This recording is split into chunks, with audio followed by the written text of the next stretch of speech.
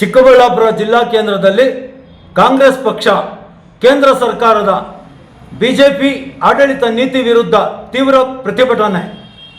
National Herald ಪತ್ರಿಕೆಯ ವಿಚಾರದಲ್ಲಿ ನ್ಯಾಯಾಲಯ ನೀಡಿದ ತೀರ್ಪನ್ನು ಗೌರವಿಸಿದ ಕಾಂಗ್ರೆಸ್ಸಿಗರು ಬಿಜೆಪಿ ಸರ್ಕಾರದ ವಿರುದ್ಧ ಕಿಡಿಕಾರಿದರು.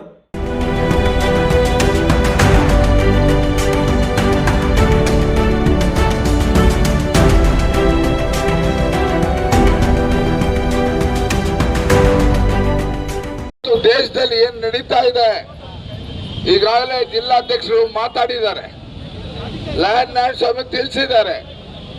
ಬರೀ ಸುಳ್ಳಿನ ಸದಮಾನೆ ಮೇಲೆ ಈ ನರೇಂದ್ರ ಮೋದಿ ಅಧಿಕಾರಕ್ಕೆ ಬಂದು ಈ ದೇಶನ ಅಧೋಗತಿಗೆ ತಗೊಂಡು ಹೋಗ್ತಾ ಇರೋದು ಬಹಳಷ್ಟು ವಿಷಾದನೀಯ. 1 ವರ್ಷಕ್ಕೆ 2 ಕೋಟಿ ಯುವಕರಿಗೆ ಉದ್ಯೋಗ ಕೊಡ್ತೀವಿ ಅಂತ ಹೇಳಿದ್ರು. ಆಮೇಲಿಂದ ಪ್ರತಿಯೊಬ್ಬರಿಗೂ ಬೀದಿಯಲ್ಲಿ ನಿಂತು ಬ್ಯಾಂಕ್ಗಳ ಮುಂದೆ ಮುದುಕಿರೋ ಯುವಕರು ಅನೇಕ ಜನ ಸತ್ತರು. ಜೀರೋ ಅಕೌಂಟ್ಗಳು ಮಾಡಿಬಿಟ್ಟು ಒಬ್ಬೊಬ್ಬರ ಅಕೌಂಟ್ಗೆ 15 ಲಕ್ಷ ಹಾಕ್ತೀನಿ ಅಂತ ಹೇಳ್ಬಿಟ್ಟು ಎಲ್ಲ ಎಲ್ಲಿಂದೋ ತಂದ್ಬಿಟ್ಟು ಎಲ್ಲ ಕಪ್ಪೋಣ ತಂದು ನಿಮ್ಮ ಅಕೌಂಟ್ಗೆ ಹಾಕ್ತೀವಿ ಅಂತ ಹೇಳ್ಬಿಟ್ಟು ಅಧಿಕಾರಕ್ಕೆ ಬಂದ್ರು. ಎಲ್ಲ ಸುಳ್ಳು ಹೇಳ್ಬಿಟ್ಟು ಅಧಿಕಾರಕ್ಕೆ ಬಂದ್ರು. ಎಷ್ಟು ಕಾರ್ಯಗತ ಮಾಡಿದ್ದೀರಿ ಸ್ವಾಮಿ? ಒಂದೇ ಒಂದು ಉದಾಹರಣೆ ಕೊಡ್ತೇನೆ. ಕರ್ನಾಟಕದಲ್ಲಿ ಇವತ್ತು ಕಾಂಗ್ರೆಸ್ ಪಕ್ಷ ಅಧಿಕಾರದಲ್ಲಿದೆ. 180 ಭರವಸೆ ಕೊಟ್ಟರು ನಮ್ಮ ಕಾಂಗ್ರೆಸ್ ಪಕ್ಷ ಪ್ರಣಾಳಿಕೆಯಲ್ಲಿ. ಇಡಿ ಕೇಸನ್ನ ಸುಬ್ರಹ್ಮಣ್ಯ ಸ್ವಾಮಿ ಒಬ್ಬ ಸುಪ್ರೀಂ ಕೋರ್ಟ್ ವಕೀಲರು ಬಿಜೆಪಿ ನಾಯಕರು ಕೇಸನ್ನ ದಾಖಲು ಮಾಡಿದ್ರು.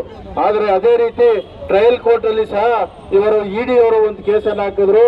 ಇಡಿ ಕೇಸ್ ಹಾಕಿದಾಗ ಟ್ರಯಲ್ ಕೋರ್ಟ್ ಅಲ್ಲಿ ದೆಹಲಿಯಲ್ಲಿ ಇದು ಯಾವುದೇ ಒಂದು ಕೇಸನ್ನ ಮುಂದುವರಿಸಲಿಕ್ಕೆ ಯಾವುದೇ ಒಂದು ಎವಿಡೆನ್ಸ್ ಇಲ್ಲ, ಇದು ಬರೀ ಸುಳ್ಳು ಕೇಸು, ಇದನ್ನ ಯಾವುದೇ ಕಾರಣಕ್ಕೆ ತಗೊಳ್ಳೋದಿಲ್ಲ ಅಂತ ಹೇಳ್ಬಿಟ್ಟು ಇವತ್ತು ಆ ಕೇಸನ್ನ ವಜಾ ಮಾಡಿ ಶ್ರೀಮತಿ ಸೋನಿಯಾ ಗಾಂಧಿ ಅವರು ಮತ್ತು ರಾಹುಲ್ ಗಾಂಧಿ ಅವರು, ದುಬೆ ಅವರು, ಆಸ್ಕರ್ ಫರ್ನಾಂಡಿಸ್ ಅವರು ಯಾವುದೇ ತಪ್ಪು ಮಾಡಿಲ್ಲ, ಯಾವುದೇ ಒಂದು ಮನಿ ಲಾಂಡ್ರಿಂಗ್ ಆಗಿಲ್ಲ ಈ ವಿಷಯದಲ್ಲಿ ಅಂತ ಹೇಳ್ಬಿಟ್ಟು ಆ ಕೇಸನ್ನು ವಜಾ ಮಾಡಿ ಇವತ್ತು ನಮ್ಮ ಶ್ರೀಮತಿ ಸೋನಿಯಾ ಗಾಂಧಿ ಅವರು ಮತ್ತು ರಾಹುಲ್ ಗಾಂಧಿ ಅವರಿಗೆ ಒಳ್ಳೆಯ ತೀರ್ಪನ್ನು ಕೊಟ್ಟಿದ್ದಾರೆ.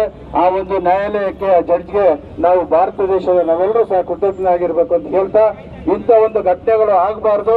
ಇವತ್ತೇನು ವೋಟ್ ಚೋರಿ, ನರೇಂದ್ರ ಮೋದಿ ಅವರು ನಮ್ಮ ಕಾಂಗ್ರೆಸ್ ಸರ್ಕಾರ ಇದ್ದಂತ ಸಂದರ್ಭದಲ್ಲಿ ಅದು ನಮ್ಮ ಮನಮೋಹನ್ ಸಿಂಗ್ ಆಗಲಿ ಅಥವಾ ಶ್ರೀಮತಿ ಇಂದಿರಾ ಗಾಂಧಿ ಕಾಲದಲ್ಲಾಗ್ಲಿ ಏನು ಪ್ರಧಾನಮಂತ್ರಿ ಆಪತ್ತನ ಏನು ಪ್ರೈಮ್ ಮಿನಿಸ್ಟರ್ ಕೇರ್ ಫಂಡ್ ಅಂತ ಇತ್ತು, ಅದು ಯಾರ್ಯಾರು ದೇಣಿಗೆ ಕೊಟ್ರೆ ಅದನ್ನ ಲೆಕ್ಕ ಕೊಡುವಂತದ್ದಿತ್ತು, ಅದು ಆಡಿಟ್ ಆಗುವಂತದ್ದಿತ್ತು.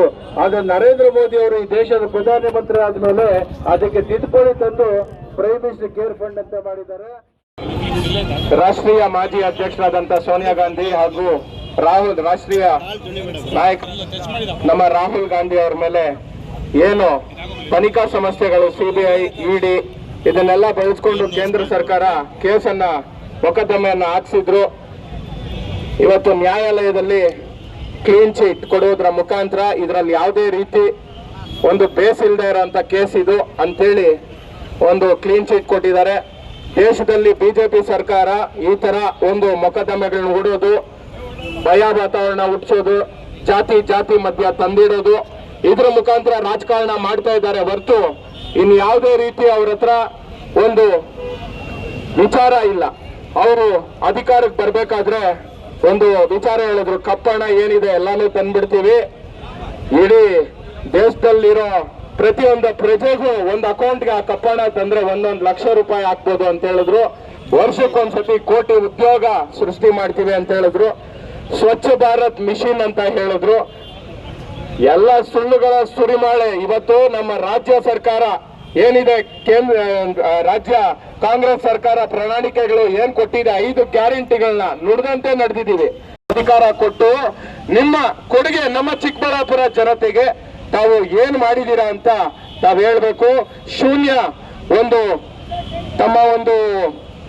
ಒಂದು ಇದು 3 ಪಂಗನಾಮ ಇಡ್ತಾ ಇದ್ದೀರಾ ಅಷ್ಟೇ ನಮ್ಮ ಚಿಕ್ಕಬಳ್ಳಾಪುರ ಜಿಲ್ಲೆಯ ಜನತೆಗೆ. ತಾವು ದಯವಿಟ್ಟು ಕೇಂದ್ರದಲ್ಲಿ ಹೋಗಿ ನೀವು ಪ್ರಶ್ನೆ ಮಾಡಿ. ನಮ್ಮ ಚಿಕ್ಕಬಳ್ಳಾಪುರ ಜಿಲ್ಲೆ ಬರಪೀಡಿತ ಜಿಲ್ಲೆ, ಇಲ್ಲಿ ಒಳ್ಳೆ ರೈತರಿದ್ದಾರೆ, ಫಲವತ್ತಾದ ಬೆಳೆಗಳನ್ನ ಬೆಳೀತಾರೆ. ನಮ್ಮ ಒಂದು ಟ್ಯಾಕ್ಸ್ ಹಣ ನಾವು ಕರ್ನಾಟಕ ರಾಜ್ಯದಿಂದ ಏನ್ ಕಟ್ತಾ ಇದ್ದೀವಿ ಅದಕ್ಕೆ ಸಲ್ಲಬೇಕಾದ ಪಾಲನ್ನು ನಮ್ಮ ರಾಜ್ಯಕ್ಕೆ ಕೊಡಿ ಅಂತ